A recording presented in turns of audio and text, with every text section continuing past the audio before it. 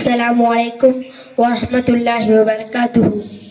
الحمد لله رب العالمين، نحمده ونستعينه ونستغفره ونؤمن به ونتوكل عليه ونعوذ بالله من شرور أنفسنا ومن سيئات أعمالنا، من يهدي الله فلا مضل له ومن يضلله فلا هادي له، وأشهد أن لا إله إلا الله وحده لا شريك له، وأشهد أن محمدا عبده ورسوله أرسله بالحق مبشرا ونذيرا وداعيا إلى الله بإذنه وسراجا منيرا، صلى الله عليه وعلى آله وصحبه وسلم.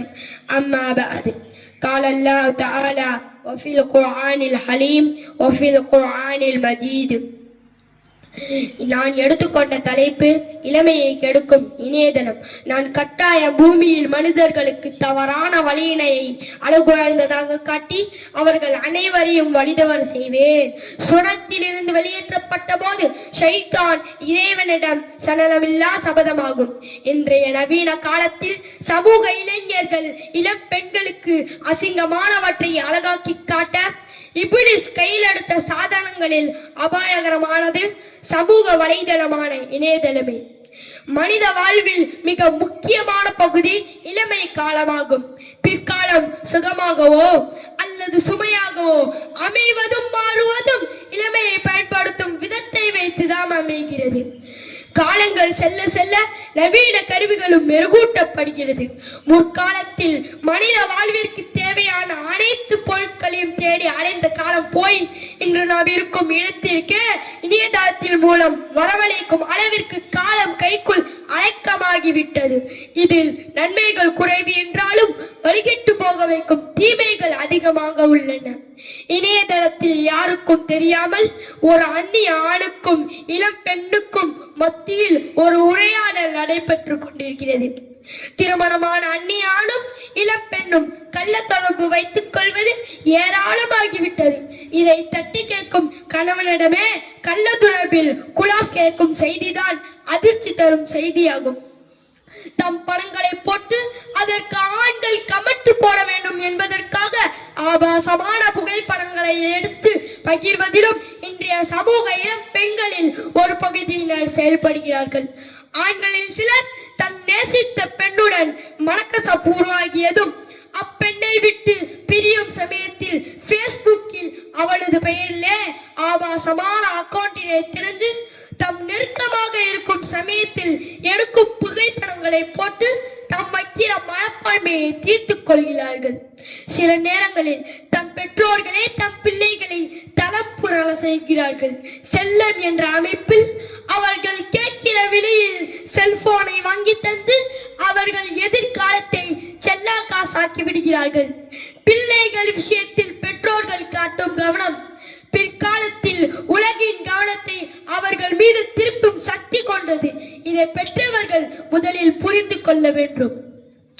அன்றொரு நாள் இவனுக்கு கல்வி கிடைக்க சாத்தியமில்லை, இவனை வீட்டிலேயே வைத்துக் கொள்ளுங்கள் என்று எழுதப்பட்ட கடிதம் இவனிடம் கொடுக்கப்பட்டு இவன் பள்ளியை விட்டு நீக்கப்பட்டான்.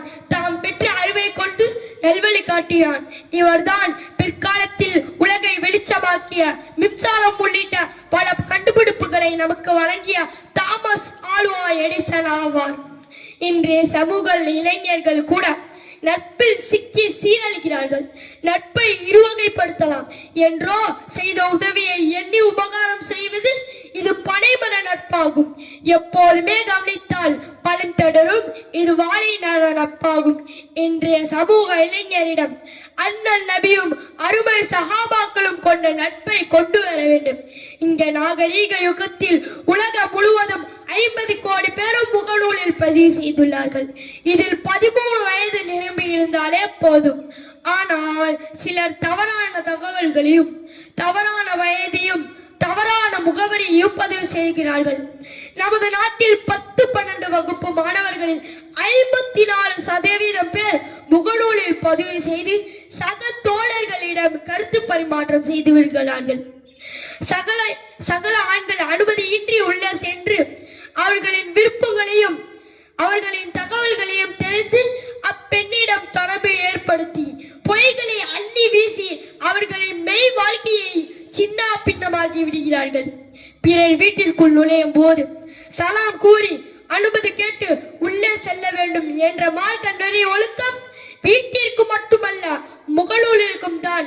அனுமதியின்றி பிறர் முகநூலிற்குள் செல்வது மார்க்க ரீதியில் குற்றமாகும். இஸ்லாத்திற்கு ஈடு இணையற்ற சேவை புரிந்த இளைஞர்கள் ஏராளம். நபிகளாரின் காலத்தில் ஒரே நூல் வடிவம் ஒன்று சேர்க்கப்படாத புனித குர்ஆன் முதலாம் கலிஃபா அபூபக்கர் ரலியல்லாஹு அன்ஹு காலத்தில் ஒரே நூல் வடிவம் பெற்றது. அந்த சாதனையான அந்த புனித பணியை தலைமையேற்றவர் வாலிபரான ஜெயித் இப்னு சாபித் ரலியல்லாஹு அன்ஹு அவர்கள் ஆவார்கள்.